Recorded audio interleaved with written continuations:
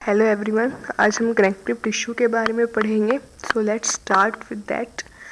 Connective tissue is the most abundant tissue that is found in the body. Human body के अंदर सबसे ज़्यादा पाए जाने वाला जो टिश्यू है वो कौन सा है? Connective tissue. कनेक्टिव टिश्यू के यदि हम फंक्शंस की बात करें तो इसके जो मेन फंक्शंस है वो क्या होते हैं? To protect the body, to support the body. इसके अलावा और भी अदर फंक्शंस है कनेक्टिव टिश्यू के, like the connective tissue bind the organs together, it stores the energy. Connective tissue के अंदर डिफरेंट डिफरेंट टाइप की सेल्स होती हैं, जैसे कि leukocyte cells, mast cells, plasma cells, adipocyte cells. तो हर सेल का अपना अलग अलग फंक्शन होता है। जैसे कि यदि हम बात करें एडिपोसाइट सेल्स की, तो जो एडिपोसाइट सेल्स हैं वो क्या करती हैं? फैट को स्टोर करती हैं। So in this way we can say that the connective tissue store the energy. The connective tissue also provide immunity to the disease causing organisms। जैसे कि जो कनेक्टिव टिश्यू है उसके अंदर ल्यूकोसाइट सेल्स भी होती हैं, वाइट ब्लड सेल्स, जो क्या करती हैं? डिजीज कोचिंग ऑर्गेनिजम्स को किल करती हैं। So the connective tissue provide immunity to the disease causing organism. These are the main functions of the connective tissue. Further connective tissue दो बेसिक एलिमेंट से मिलकर बना है, सेल से और एक्स्ट्रा सेलुलर मैट्रिक्स से। सेल्स अभी हमने बात की थी कि डिफरेंट डिफरेंट टाइप की सेल्स पाई जाती है कनेक्टिव टिश्यू के अंदर। सो एक जो कंपोनेंट हो गया कनेक्टिव टिश्यू का वो हो गया सेल। फिर बाद में ये जो सेल्स हैं यही एक्स्ट्रा सेलुलर मैट्रिक्स क्रिएट करती है, यही एक्स्ट्रा सेलुलर मैट्रिक्स सिंथेसाइज करती है। So next component is extra cellular matrix. Extra cellular matrix further तीन कंपोनेंट से मिलकर बना है। जो तीन कंपोनेंट है वो है प्रोटीन, फाइबर्स। तीन टाइप के फाइबर्स पाए जाते हैं कनेक्टिव टिश्यू के अंदर, elastic fibre, reticular fibre, collagen fibre, और ground substance. Ground substance basically एक जेल लाइक मटेरियल होता है जो कि सेल और फाइबर्स के बीच में पाया जाता है। That jail like material is the ground substance. जो कनेक्टिव टिश्यू के जो सेल्स हैं यही एक्स्ट्रा सेलुलर मैट्रिक्स सिक्रीट करती हैं। तो सबसे पहले हम डिटेल में पढ़ेंगे कनेक्टिव टिश्यू की सेल्स के बारे में। Each type of connective tissue contain an immature class of cells with name ending with the suffix blast। different type के कनेक्टिव टिश्यू होते हैं। डेंस कनेक्टिव टिश्यू हो गए, लूज कनेक्टिव टिश्यू हो गए, कार्टिलेज, बोन्स। तो अलग अलग टाइप के कनेक्टिव टिश्यू होते हैं। हर कनेक्टिव टिश्यू के अंदर सेल्स होती हैं, डिफरेंट टाइप की सेल्स होती हैं। तो पहले तो जो वो सेल्स होती है वो कैसी होती है? इमेच्योर होती है। बाद में ये इमेच्योर सेल्स डिफ्रेंशिएट होकर मेच्योर सेल्स में कन्वर्ट होती हैं। तो जो इमेच्योर सेल्स होती हैं हम उनकी नेमिंग करते हैं, तो उनकी जो नेमिंग है उनके एंड में हम सफिक्स लगाते हैं ब्लास्ट। जैसे कि यदि हम बात करें लूज और डेंस कनेक्टिव टिश्यू की, तो लूज और डेंस कनेक्टिव टिश्यू के अंदर जो इमेच्योर सेल्स होती है हम उनको क्या कहते हैं? फाइब्रोब्लास्ट। कार्टिलेज और बोन्स के अंदर जो इमेच्योर सेल्स होती है हम उनको बोलते हैं chondroblast and osteoblast respectively. Cartilage के अंदर कॉन्ड्रोब्लास्ट सेल्स, बोन्स के अंदर ओस्टियोब्लास्ट सेल्स। तो हमने तीन टाइप की सेल्स हमने देखी, फिब्रोब्लास्ट, कॉन्ड्रोब्लास्ट एंड ओस्टियोब्लास्ट। तो सबकी नेमिंग में लास्ट में कौन सा सफिक्स लगा है? ब्लास्ट सफिक्स लगा है। तो इसका मतलब ये कौन सी सेल्स है? इमेच्योर सेल्स है। जब ये cell extra cellular matrix synthesize कर लेंगे तो ये सेल डिफ्रेंशिएट होंगे और कैसे किस में कन्वर्ट हो जाएंगी? मेच्योर सेल्स के अंदर। इन कार्टिलेज एंड बोन्स और also in loose and dense connective tissue once the extra cellular matrix is produce. जब एक बार एक्स्ट्रा सेलुलर मैट्रिक्स बन गया तो ये जो इमेच्योर सेल्स हैं डिफ्रेंशिएट हो जाती है मेच्योर सेल्स के अंदर। जैसे इमेच्योर सेल्स थी उनकी नेमिंग ब्लास्ट सफिक्स से एंड हो रही थी, इन द सेम वे जो मेच्योर सेल्स हैं उनकी नेमिंग साइट सफिक्स से एंड होगी। तो जो फाइब्रोब्लास्ट सेल्स है वो क्या बन जाएंगी? फाइब्रोसाइट्स। कार्टिलेज के अंदर कौन सी सेल्स थी? कॉन्ड्रोब्लास्ट, तो वो क्या बन जाएंगी? कॉन्ड्रोसाइट्स। ओस्टियोब्लास्ट की नेमिंग क्या हो जाएगी अब? ओस्टियोसाइट्स, बिकॉज ये जो फिब्रोसाइट्स हैं, कॉन्ड्रोसाइट्स है, ओस्टियोसाइट्स अभी मेच्योर सेल्स हैं। जो ब्लास्ट सेल्स होती हैं वो सेल डिवीजन शो करती हैं। They have the property of the cell division. और ये blast cells, fibroblast, osteoblast, chondroblast, ये एक्स्ट्रा सेलुलर मैट्रिक्स भी सिंथेसाइज करती हैं, क्योंकि हमने अभी पढ़ा था कि जो एक्स्ट्रा सेलुलर मैट्रिक्स होता है वो कनेक्टिव टिश्यू के सेल से ही सिंथेसाइज होता है। तो ये cell extra cellular matrix synthesize करती हैं। जब एक्स्ट्रा सेलुलर मैट्रिक्स बन जाता है तब ये immature cells, blast cell mature हो जाती हैं और साइट सेल्स के अंदर कन्वर्ट हो जाती हैं, डिफ्रेंशिएट हो जाती हैं। तो जो मैच्योर सेल्स हैं उनके पास सेल डिवीजन की कैपेसिटी नहीं होती, और they have the reduced capacity for the cell division and the extracellular matrix formation are mostly involved in the monitoring and maintaining the extracellular matrix। और जो मैच्योर सेल्स हैं ये सेल डिवीजन भी show नहीं करती, ये कोई एक्स्ट्रा सेलुलर मैट्रिक्स भी फॉर्म नहीं करेंगे। अब जो एक्स्ट्रा सेलुलर मैट्रिक्स फॉर्मेशन का जो रोल था वो ब्लास्ट सेल का था, वो उन्होंने कर लिया, एक्स्ट्रा सेलुलर मैट्रिक्स बन गया।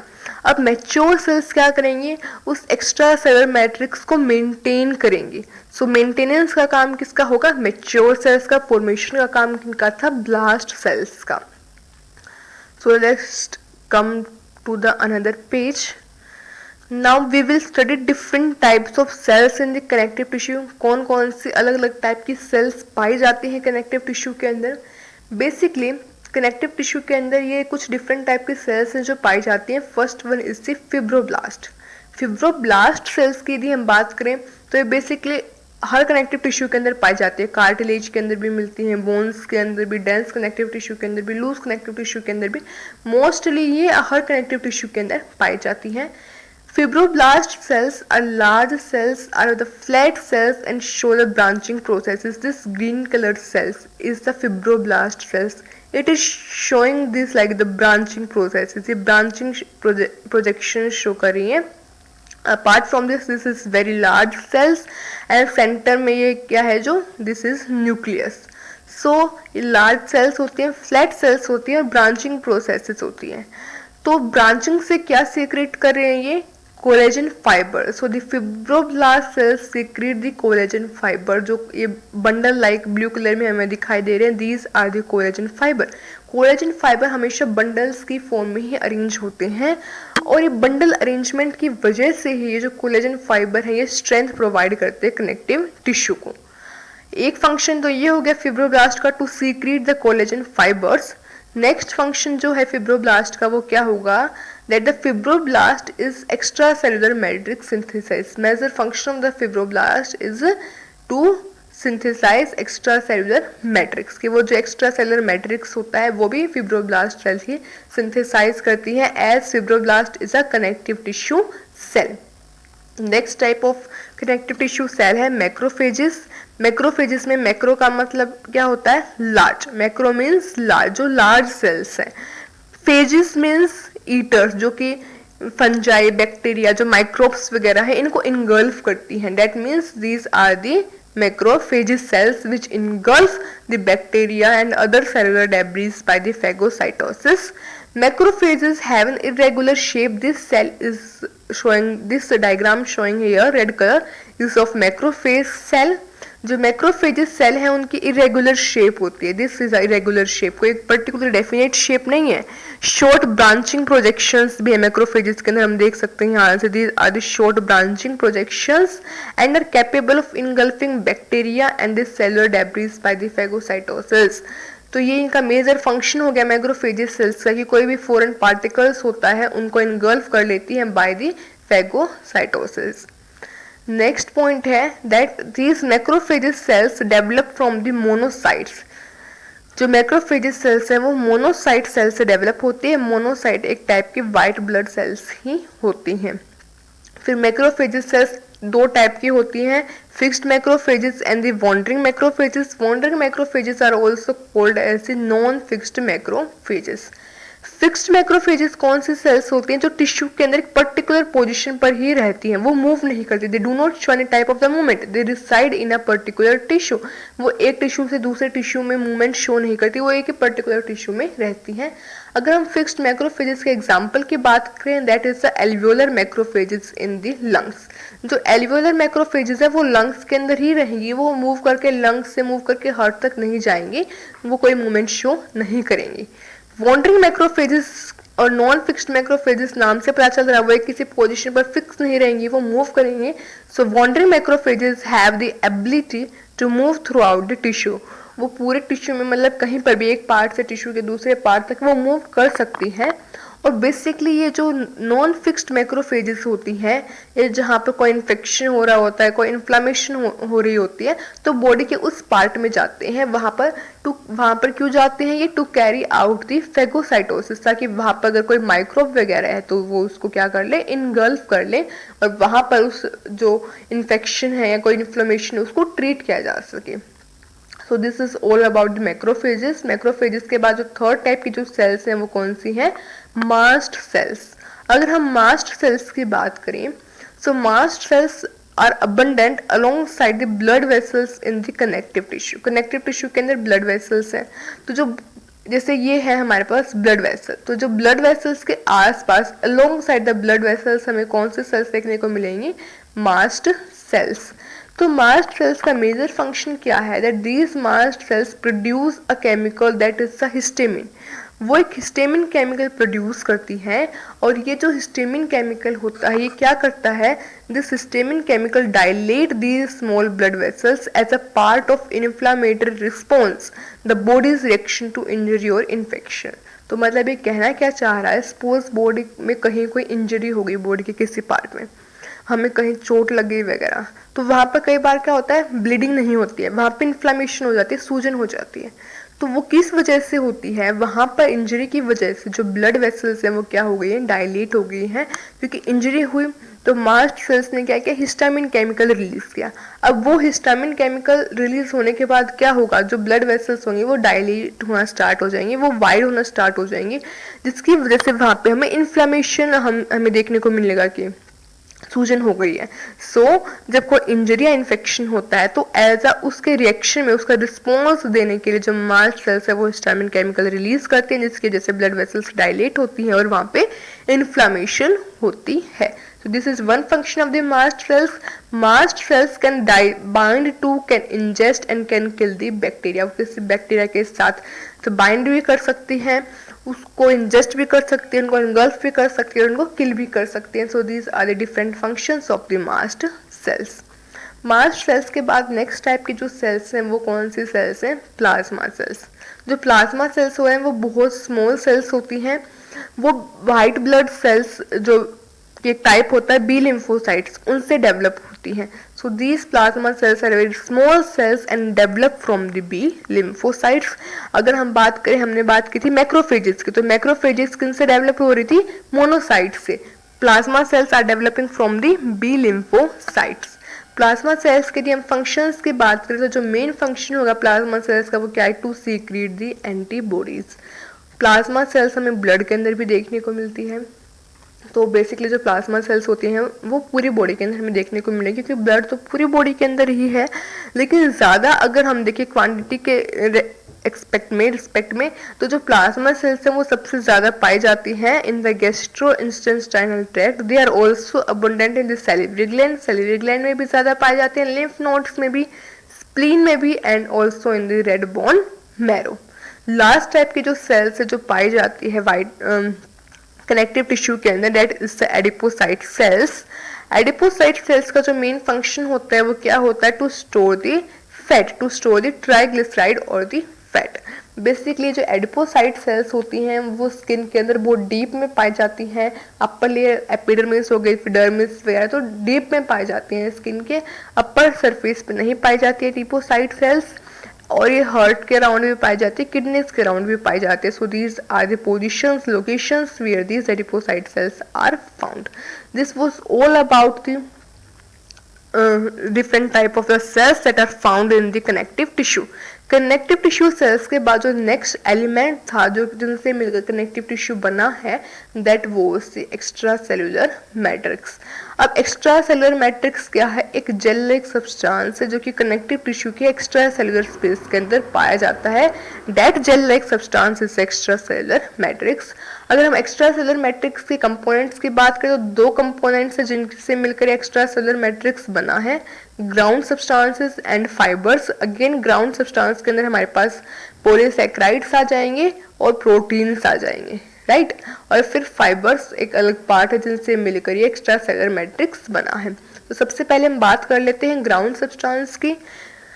The ground substance provide a medium for the exchange of substances between the blood and the cells. Blood और सेल्स के बीच में, ब्लड और सेल्स के बीच में कोई भी सब्सटेंस है उनका एक्सचेंज होना है, तो उसके लिए मीडियम कौन प्रोवाइड करता है? ये ground substance. Ground substance further तीन चीजों से मिलकर बना वाटर जो कि एक जनरल कंपोनेंट है, then polysaccharides and the protein. सबसे पहले हम बात करेंगे पॉलीसैकेराइड्स की, जो कि एक मेन कंपोनेंट है किसका? ग्राउंड सब्सटेंस का। Ground substance is a component of extra cellular matrix and extra cellular matrix is a component of connective tissue. I hope it's clear. Now we will study about polysaccharides. Common polysaccharides that are found in the extracellular matrix. जो main जो polysaccharides जो extracellular matrix के अंदर पाए जाते हैं वो कौन कौन से हैं? Hyaluronic acid, chondroitin sulfate, dermatan sulfate and the keratin sulfate. Collectively, all these polysaccharides are called as the glycosaminoglycans. ये जितने भी polysaccharides हैं हम इनको collectively क्या कहते हैं? glycosaminoglycans और the GAGs, that is the glycosaminoglycans. Except for the hyaluronic acid, glycosaminoglycans are associated covalently with protein and form the proteoglycans. तो क्या कह रहे हैं कि हाइलुरोनिक एसिड पॉलीसैकेराइड को छोड़कर ये जितने भी ग्लाइकोसामाइनोग्लाइकन्स हैं ये प्रोटीन के साथ कोवेलेंट बॉन्ड बनाते हैं, और जब ये प्रोटीन के साथ कोवेलेंट बॉन्ड बनाते हैं तो ये कॉम्प्लेक्स फॉर्म करते हैं। That complex is called as the proteoglycans. जो ग्लाइकोस अमाइनोग्लाइकन्स हैं उनका एक मेन फंक्शन ये भी होता है कि वाटर को ट्रैप करते हैं, जिसकी वजह से जो ग्राउंड सब्सटेंस है वो और जेली लाइक हो जाता है। अदरवाइज जो ग्राउंड सब्सटेंस है वो इतना जेली लाइक नहीं मिलेगा, वो लिटिल बिट हार्ड मिलेगा, लेकिन जेली लाइक फॉर्मेशन होती है क्योंकि वहाँ पर वाटर भी प्रेजेंट होता है, और वो वाटर को ट्रैप करने का फंक्शन किसका होता है? ग्लाइकोस अमाइनोग्लाइकन्स का।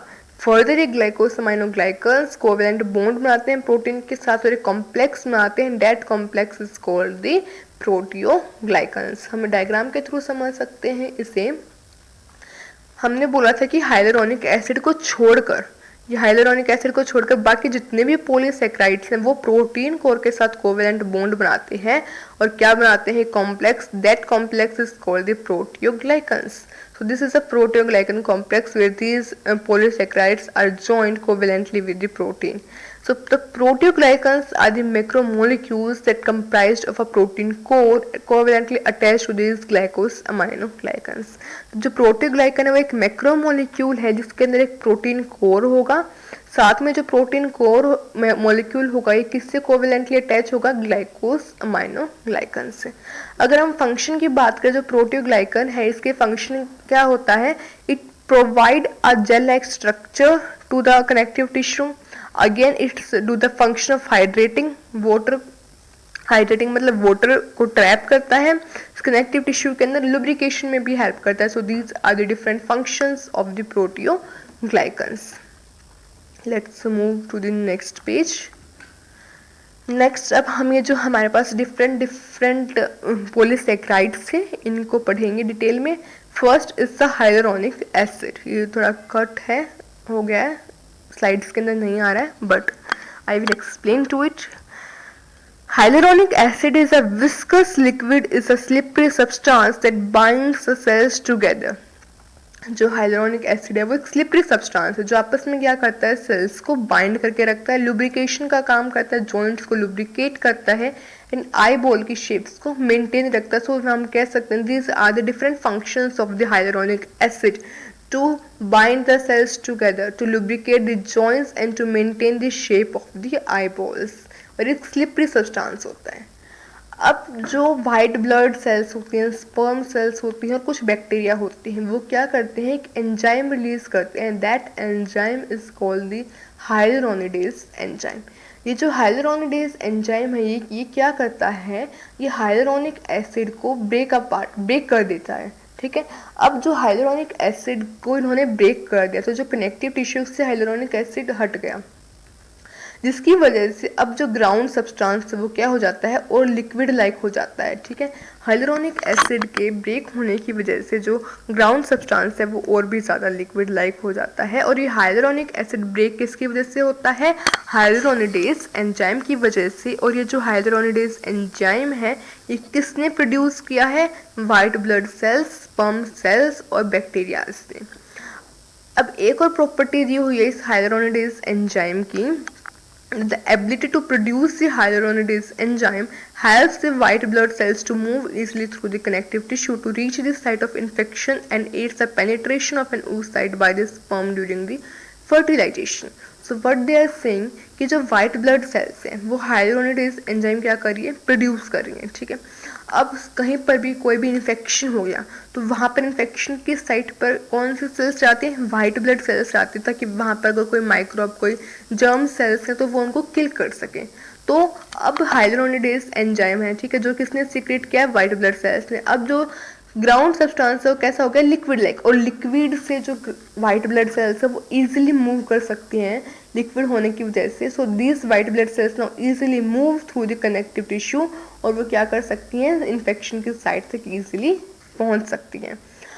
ऐसा ही एक एग्जाम्पल है कि जब फर्टिलाइजेशन के दौरान जो स्पर्म सेल्स होती हैं वो उस साइट को पेनिट्रेट करती हैं तो वहाँ पर भी एक होल क्रिएट होता है, एक इन्फेक्शन ही होता है, हम कह सकते हैं एक टाइप का।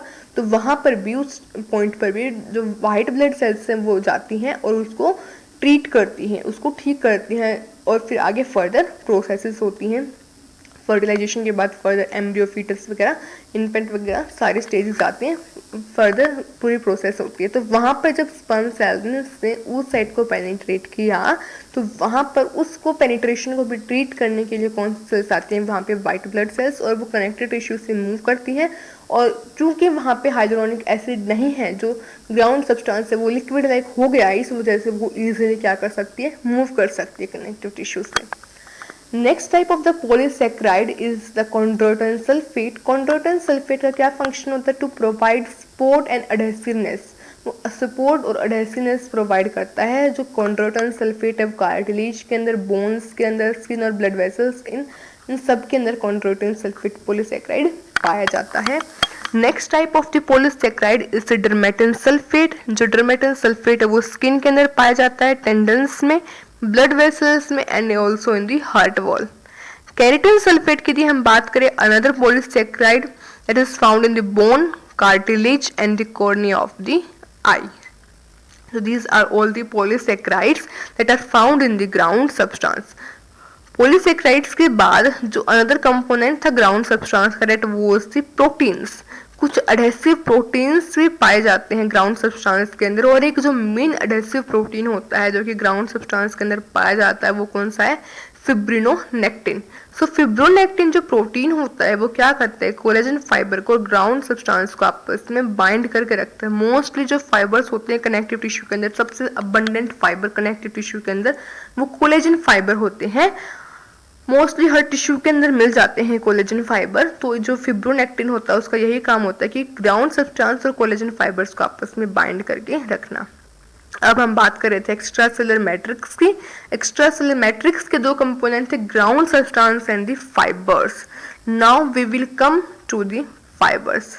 अगर हम फाइबर्स की बात करें तो फाइबर्स बेसिकली क्या होते हैं? तीन टाइप के फाइबर्स पाए जाते हैं कनेक्टिव टिश्यू के अंदर, collagen fibres, elastic fibres and the reticular fibres.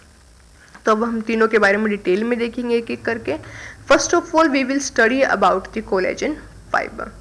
Collagen fibers are very strong fibers. They resist any pulling or stretching, but they are not stiff, which allows the flexibility to the tissue. जो collagen fibres होते हैं वो अपने किसी भी type की stretching को या पुलिंग को रेजिस्ट करते हैं। वो स्टिफ नहीं होते, वो बहुत हार्ड नहीं होते, लेकिन वो स्ट्रेच नहीं होने देते, वो स्ट्रेचिंग को रेजिस्ट करते हैं। अब वो स्टिफ भी नहीं है कम्प्लीटली, और वो थोड़ी बहुत फ्लेक्सिबिलिटी अलाउ करते हैं टिश्यू को। इतना ज़्यादा हाई फ्लेक्सिबिलिटी अलाउ नहीं करते जितने कि इलास्टिक फाइबर्स अलाउ करते हैं, but they are not so much stiff, they allow somewhere the flexibility to the tissue. जो कोलेजन फाइबर्स होता है उसकी प्रॉपर्टी अलग अलग कनेक्टिव टिश्यू के अंदर अलग अलग होती हैं। जैसे कि यदि हम बात करें जो कोलेजन फाइबर कार्टिलेज के अंदर होता है, तो कार्टिलेज के अंदर जो कोलेजन फाइबर होता है वो ज़्यादा वाटर मॉलिक्यूल से सराउंडेड होता है, जिसकी वजह से जो कार्टिलेज है वो कुशिंग इफेक्ट देता है। लेकिन वहीं अगर हम बोन्स के अंदर बात करें तो बोन्स के अंदर जो कार्टिलेज होता है वो ज़्यादा वाटर मॉलिक्यूल से सराउंडेड नहीं होता, वो बाइंडेड नहीं होता वाटर मॉलिक्यूल से ज़्यादा, तो बोन्स के अंदर वो कुशिंग इफेक्ट नहीं देके वो थोड़ा हार्ड इफेक्ट देता है, स्टिफ इफेक्ट देता है। तो जो कोलेजन फाइबर की जो प्रॉपर्टी है वो डिफरेंट डिफरेंट टिश्यू के अंदर अलग अलग होती है। जैसे कि कार्टिलेज के अंदर अलग प्रॉपर्टी है कोलेजन फाइबर की, और बोन्स के अंदर कोलेजन फाइबर की अलग प्रॉपर्टी है। Collagen fibres often occur in the parallel bundles. Mainly जो कोलेजन फाइबर्स है वो बंडल्स में पाए जाते हैं। हम यहाँ पे देख सकते हैं these are all the collagen fibers, ये कैसे बंडल्स में पाए जा रहे हैं, ठीक है, ये हमेशा ऐसे बंडल्स में पाए जाते हैं। और जो ये बीच में कौन से सेल्स दिखाई दे रही हैं, ये जो सेल्स हैं these are the fibroblast cells, और इस सेंटर में क्या है, फिब्रोब्लास्ट सेल्स की nuclei of the fibroblast cells. और ये जो फिब्रोब्लास्ट सेल्स यही क्या सीक्रेट कर रही है, collagen fibres. So these collagen fibers occurs in the parallel bundle, and these bundle arrangement adds the great tensile strength to the tissue. bundle arrangement की वजह से ही जो collagen fibers हैं वो strength provide करते हैं टिश्यू को।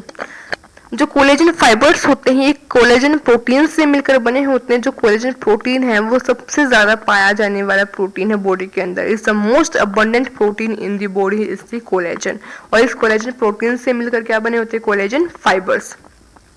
कोलेजन फाइबर्स कौन सीक्रेट करता है, fibroblast cells, these are the fibroblast cells. Center में क्या है, फिब्रोब्लास्ट सेल्स से फिब्रोब्लास्ट न्यूक्लियाई। कैसी अरेंजमेंट है कोलेजन फाइबर्स की, बंडल अरेंजमेंट। अब ये कोलेजन फाइबर्स कहाँ कहाँ पाए जाते हैं, कनेक्टिव टिश्यू, बोन के अंदर, कार्टिलेज के अंदर, टेंडन्स के अंदर एंड लिगामेंट्स के अंदर। अब हम एक जनरल जो हमारे पास कौन टर्म है स्प्रेन, उसकी बात कर लेते हैं। Despite their strength, ligaments may be stretched beyond their normal capacity. जो ligaments हम उनको stretch कर सकते हैं, right? लेकिन जब हम इन ligaments को इनकी normal capacity से ज़्यादा stretch करते हैं तो वहाँ पे क्या होता है, basically वो जो ligament है वो torn हो जाता है, ठीक है। और वो जो ligament torn हो गया, उस torn ligament की वजह से वहाँ पे क्या होती है, sprain होता है। This result in sprain. Stretched और टोन लिगामेंट, जैसे सपोज हमारे पास हम मूव कर रहे हैं तो मूव करते करते हमारा पैर है जो ट्विस्ट हो गया, तो ट्विस्ट होने की वजह से जो लिगामेंट है वो ज़्यादा स्ट्रेच हो गया, तो उस ज़्यादा स्ट्रेचिंग की वजह से वहाँ पे वो जो लिगामेंट है वो क्या हो गया, टीयर हो गया, टॉर्न हो गया, ठीक है।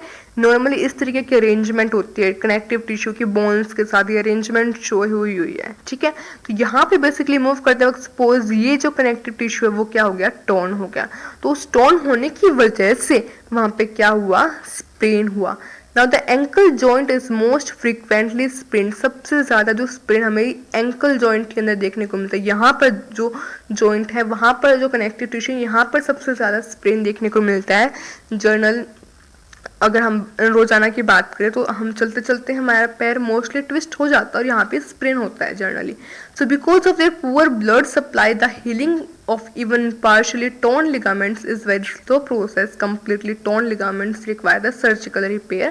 क्या कह रहे हैं कि जो कार्टिलेज होता है ना बेसिकली, या फिर जो लिगामेंट्स होते हैं, कार्टिलेज के अंदर एक जो हम कहते हैं प्रॉपर्टी नहीं है कि वो उसके पास ब्लड वेसल्स और नर्व्स नहीं होती।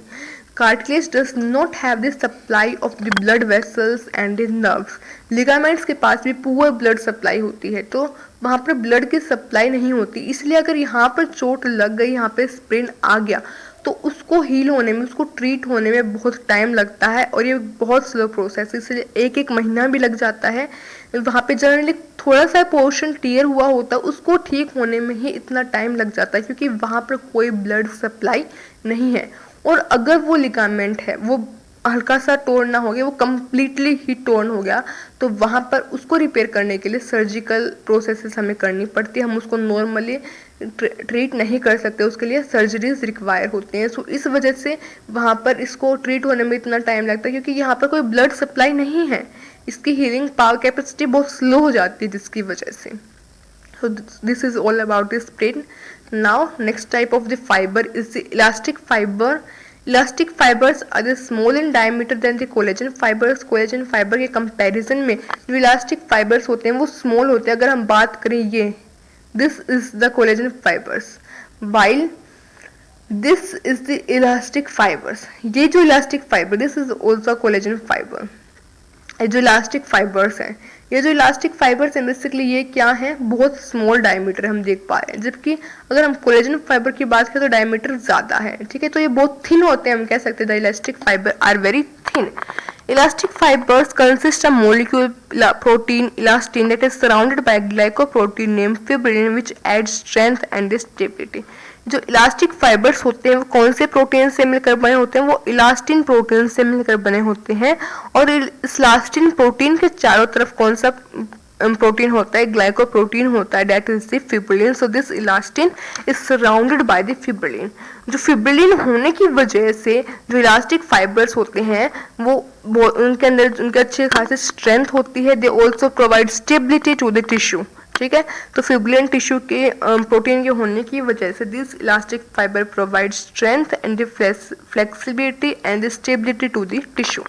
इलास्टिक फाइबर को हम स्ट्रेच कर सकते हैं up to 150% of their relaxed length. अगर ये लेंथ है, सपोज ये इलास्टिक टिश्यू के फाइबर की लेंथ है, तो इस लेंथ का 150% तक हम इनको क्या कर सकते हैं, स्ट्रेच कर सकते हैं। We can stretch this elastic fibers up to 150% of the relaxed length और वो ब्रेक नहीं होंगे। This is the property that the elastic fiber have. हमने इनको स्ट्रेच किया 150% तो और फिर वापस से कुछ टाइम में आपस अपनी ओरिजिनल शेप में आ जाएंगे। This is the ability of the elastic fiber to return to their original shape after being stretch. Stretch होने के बाद वो अपनी ओरिजिनल शेप में आ जाते हैं और इसी प्रॉपर्टी को हम क्या कहते हैं, elasticity. This is the property of the elastic fiber, elasticity to return to their original shape after being stretched. अगर हम बात करें इलास्टिक फाइबर्स कहाँ कहाँ पर पाए जाते हैं, स्किन के अंदर पाए जाते हैं, ब्लड वेसल्स में, लंग्स में, लंग टिश्यू के अंदर इलास्टिक फाइबर्स पाए जाते हैं। अगर हम बात करें लंग टिश्यू के अंदर इलास्टिक फाइबर प्रेजेंट है, इसी की वजह से एक्सेल और इनहेल हम एयर को इजीली कर पाते हैं क्योंकि वहाँ पर स्ट्रेचिंग होती है लंग्स टिश्यू की और वहाँ पे इलास्टिक फाइबर प्रेजेंट है, इसलिए इजीली स्ट्रेच हो गए वो वापस अपने नॉर्मल पोजीशन पे आ जाते हैं, अपनी नॉर्मल शेप में आ जाते हैं लंग्स टिश्यू। लास्ट टाइप के जो fibres and that is the reticular fibre. Reticular fibre की यदि हम बात करें तो वो एक टाइप के कोलेजन फाइबर ही हैं, लेकिन वो कोलेजन फाइबर से थोड़े थिन होते हैं। कोलेजन फाइबर जितने थिक नहीं होते, होते एक टाइप का कोलेजन फाइबर ही है but very thin collagen fibre हम कहेंगे। रेटिकुलर फाइबर भी बंडल्स के अंदर ही अरेंज होते हैं और these reticular fibre have a coating of the glycoprotein. जो रेटिकुलर फाइबर होते हैं उनके पास ग्लाइकोप्रोटीन की कोटिंग होती है। रेटिकुलर फाइबर भी फिब्रोब्लास्ट सेल से ही सीक्रेट होते हैं, हम यहाँ पे देख सकते हैं। These are the reticular fiber कितने थिन है, बहुत ज्यादा थिन होते हैं यहाँ पे ये जो फाइबर्स होते हैं रेटिकुलर। जो reticular fibers are much thinner, बहुत थिन फाइबर्स होते हैं then the collagen fibers. Collagen fiber की तरह ही जो रेटिकुलर फाइबर हैं वो भी क्या करते हैं, सपोर्ट प्रोवाइड कराते हैं और स्ट्रेंथ प्रोवाइड करते हैं। The reticular fiber are mostly found in the stroma of many soft organ, जैसे कि स्प्लीन और लिम्फ नोड्स, इनके स्ट्रोमा में जो फाइबर्स पाए जाते हैं वो रेटिकुलर फाइबर ही होते हैं। यहाँ पे एक जर्नल डायग्राम दिया हुआ है जहाँ पे ऑल टाइप की सेल्स दिखाई हुई हैं। जैसे कि अगर हम बात करें तो ये जो रेटिकुलर फाइबर्स हो गए, यहाँ पे ये एडिपोसाइट सेल्स हो गई। These are the adipocyte cells जिनका क्या फंक्शन होता है, टू स्टोर दी फैट। ये मेसेंकाइमल सेल्स होगी जो कि एक अनदर टाइप की सेल्स जो कनेक्टिव टिश्यू के अंदर पाई जाती है। These green one are the elastic fibers, these are the collagen fibers. These कितने ज्यादा, अगर हम कोलेजन फाइबर्स की बात करें, ये जो फाइबर्स हैं ये कोलेजन फाइबर्स हैं जो कि कितने ज्यादा थिक है in comparison to the reticular fibers. ये फिब्रोब्लास्ट सेल्स होगी जो कि कोलेजन फाइबर्स सीक्रेट करते हैं। These are the macrophage cells that are found in the connective tissue do the function of engulfing bacteria and other microbes. So this is all the composition of the connective tissue. Connective tissue के अंदर क्या क्या पाया जाता है, ये वोल composition है connective tissue के जिसके बारे में हमने पढ़ा। So this is all about the today's lecture. In next class we will study the classification of the connective tissue. So till that, goodbye. Thank you.